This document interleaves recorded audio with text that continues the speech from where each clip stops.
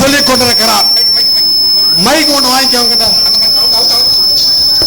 Hello, அவங்ககிட்ட ஒன்று கொடு. பக்தன் என்று சொல்லிக் கொண்டிருக்கிறான். உனக்கு பால் காவடி, பன்னீர் காவடி, புஷ்ப காவடி எத்தானா? அவ்வளோ நல்லவனா? நேராக சொர்க்கத்துக்கு அனுப்ப சொல்றான். அவன் அனுப்ப சொல்லாமா? நல்லவனா? அது நான் தான். ஒரு என்னை அழைத்ததற்கு மிக்க மகிழ்ச்சி. இவன் என் பக்தனே அல்ல. எப்படி சொல்றீங்க? இவன் தமிழில் பெயர் வைக்கவில்லை. தமிழில் பெயர் வைக்கவில்லை? ஆமாம், தமிழில் பெயர் வைக்கவில்லை. ஆமா ஆமா. ஓ சரி. தமிழ் முருகன் என்ன சொல்லிட்டாரு? தமிழ் யாரெல்லாம் பெயர் வைத்திருக்கிறார்களோ அவர்கள் தான் முருகனுக்கு பக்தன் என்று சொல்லியிருக்கிறார்கள். அழகிய சிந்தனையில் அருமையான பெயர்களும் இனிமையான பெயர்களும் இருக்கிறது. பின்னாடி வாங்க. சொல்லுங்க.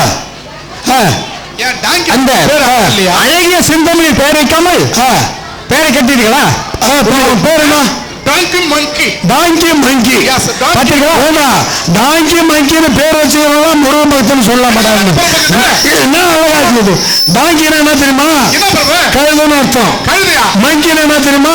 குரங்குன்னு அர்த்தம். அதுவும் தமிழ் தானா? அதுங்களே ஊருக்கு உழைக்குதுங்க. நீ ஊருக்கு உழைக்கிறது கிடையாது. ஊருக்கு தப்புதான் பண்ணிருக்கிற. நீ போய் முருகன் பக்தன் சொல்லலாமா? தப்புதான் பிறகு. ஆமா, அதனால இவன் நல்லவனா? நல்லவன் அல்ல. குரங்கு கூட தாய் குடும்பம் இருக்கிறது. பெற்ற தாயை மதித்திருக்கிறானா? இல்லை. பெற்ற தாயை மதிப்பதில்லை. தன்னுடைய குடும்பத்தையே மதிப்பதில்லை. இல்ல, பெற்ற தாயை மதிக்கல. இல்லை, பேசும் மொழியை மதிக்கல. ஆமாம், இது போதும். முருகா, நீங்கள் ஆலயம் சென்று வாருங்கள், நான் பார்த்துக் கொள்கிறேன். போங்க. இங்க வாங்க.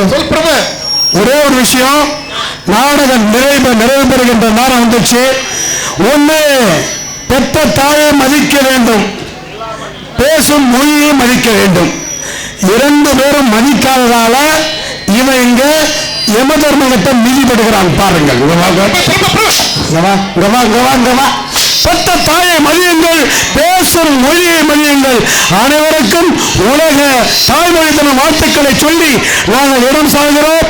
நன்றி, வணக்கம்.